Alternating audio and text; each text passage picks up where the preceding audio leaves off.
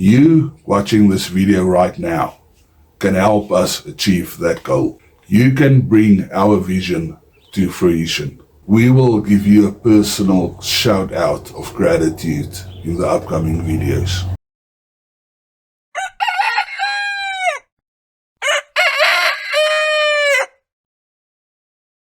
Good morning and welcome back to One Step at a Time Farmstead. I'm Lucas and I'm so happy that you are with us today.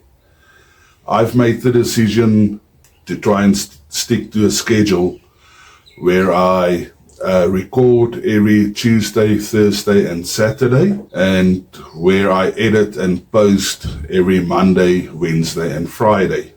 Because I want to try and schedule the content that we post, in a regular fashion, that it comes out constantly. We want to stick to consistency, but also so that our followers can know when basically we will release our videos and that it won't be so sporadically anymore. Because it is our off season now and there's not much happening in the garden, obviously.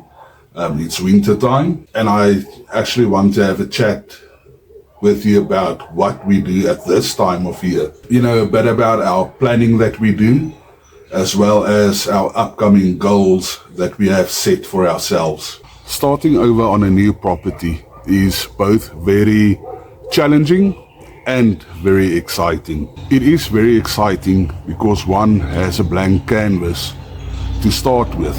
So you can plan out your future garden and systems to suit your property without having to rip out anything or to change existing infrastructure, but you can plan accordingly and build according to that.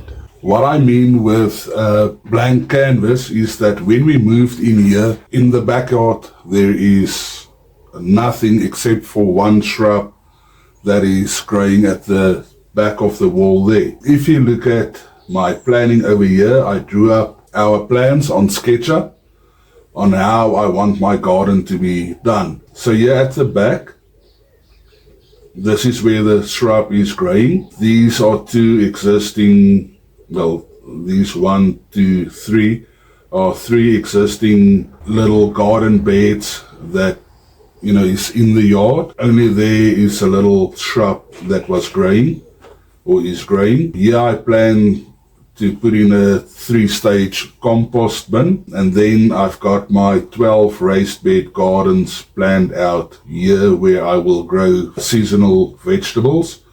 And over here on this side is where I plan to do our little mini orchard or mini food forest. Planning to do 11, maybe 12 fruit trees. Between them, I will grow our herbs and other perennial vegetables. So basically this part over here will be our annual garden crops, and this part over here will be our perennial garden. Here I've got my chicken coops or mobile chicken coops that we can move along our lawn for the chickens to have fresh pasture every day. Okay, this hasn't been sketched in yet, but over here is our, more to the side, is our garden shed, and I will do an aquaculture system right next to the garden shed. So this is the one shrub that is living in our backyard when we got here, and over here is the raised garden beds that I am starting to prepare for our growing season. The challenging part of it is that getting to the point that one envisioned might take a bit longer to achieve, especially if one doesn't have the funds available to do everything that you want to, and that can be very frustrating. This is the section that we planned out for our mini orchard or mini food forest, and I've already got my first 2 trees in the ground, and we are quite excited to get the rest going.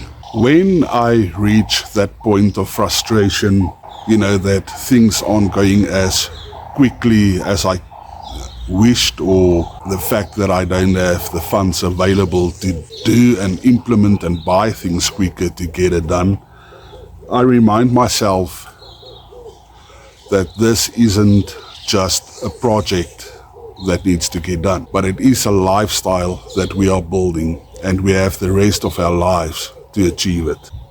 We build this life one step at a time. And I always need to remind myself of that. I am a person that might become a bit impatient, but again, it's a lifestyle. And that is also the reason why we named our farmstead One Step at a Time. It reminds us that we build it one step at a time, day by day. So instead of getting disappointed and despondent about how far we are from reaching our goals, we focus on what we can do today. How can we perfect the systems that we already have implemented? How can we better it, make it more efficient, more productive, and more sustainable? We also use this period to research and to learn, to gain knowledge, and even to experiment on a small scale. Like Jessica Sowards from Roots and Refuge Farm would stated, is to turn your waiting room into a classroom, to turn your waiting period into a period where you can learn and develop. With that said, we use this period, especially like now when it is our off season, it is winter time and there isn't anything growing in the garden, to plan for the growing season and to prepare for it. And also to set up, specific attainable goals that we want to meet in our growing season. And I just want to show you how I plan for the upcoming growing season.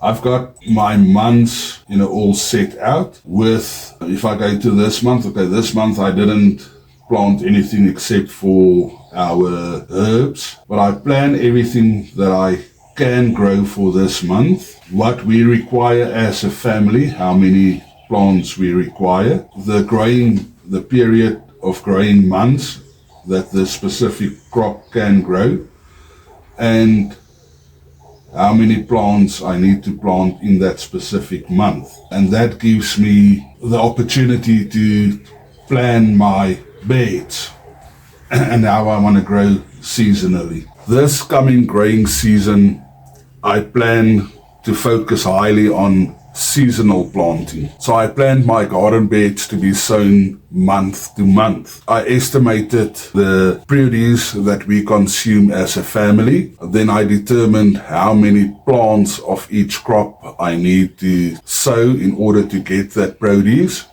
Then I look at how many months I have for that growing period to grow that specific crop, and then I divided that crop into those months, so I know each month how many plants I need to plant in order to get, continuous fresh produce into the house that we can use for fresh eating.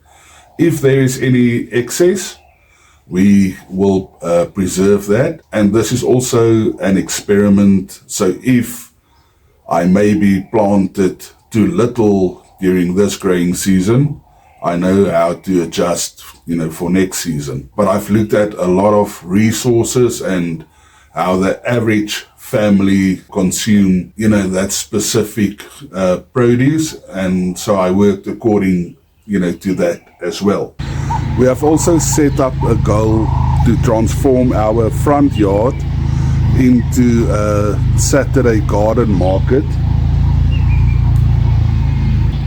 Our property is located in one of the busiest streets in town with a lot of passing traffic, and this makes it the ideal location for a home industries venture that will be one of its kind in our area.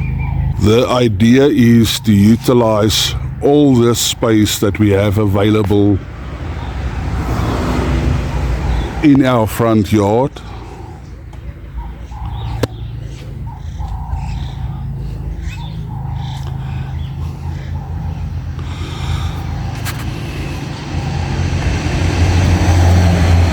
This one tree is the only plant we have in the front yard, so I've got all this space available just in like this to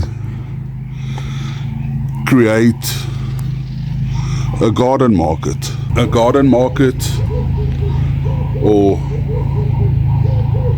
home industries venture where we can sell homemade products and fresh produce, to our local community and people passing by, friends within our community, and have it as a source of income for the homestead as well. Now, granted, we won't be able to supply all products directly from the homestead, mostly due to the restrictions of our local municipality with its bylaws and regulations. I mean, we cannot